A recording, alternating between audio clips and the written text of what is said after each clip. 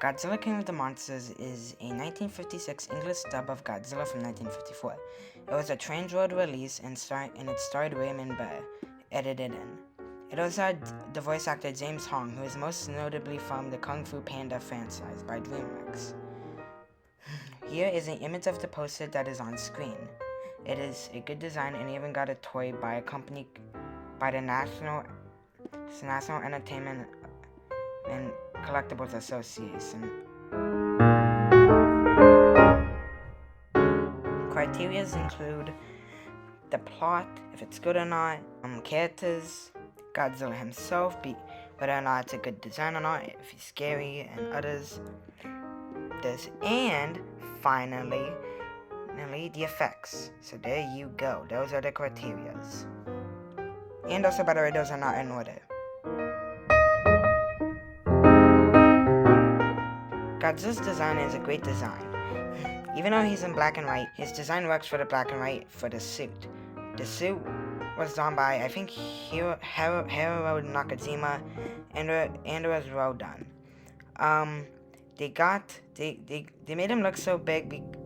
They made him look so big by filming at low angles and using miniature model buildings.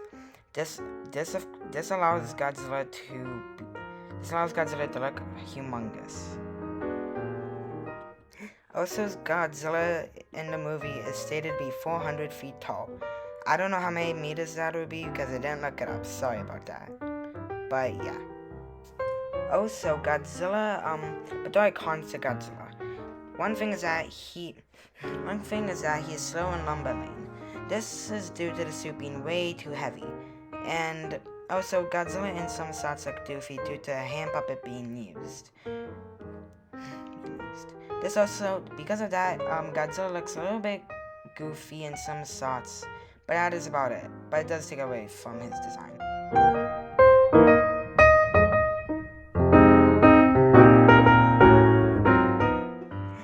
The effects of Godzilla King of the Monsters are very well done for the time. The atomic breath scenes are actually really nice and really well done, but that's the only pro.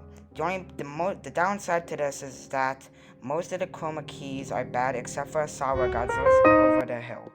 Most of the time, the green screens are not very good, and it does not make the effects look very good, and they do not hold up very well today. That doesn't mean that they're bad, however, they're just outdated.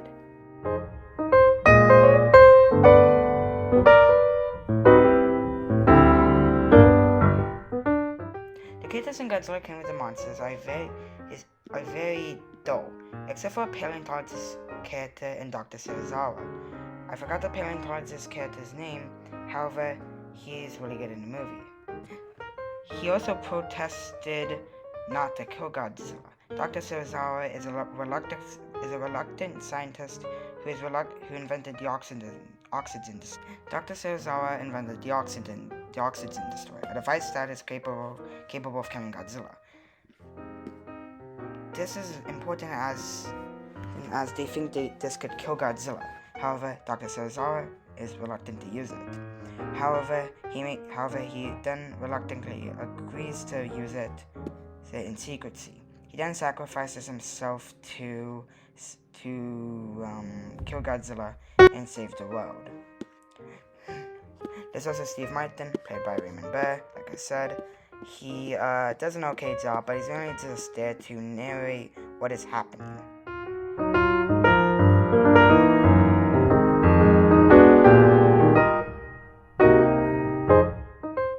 The plot for Godzilla King of the Monsters is that boats mysteriously disappear in a ring of fire around the sea.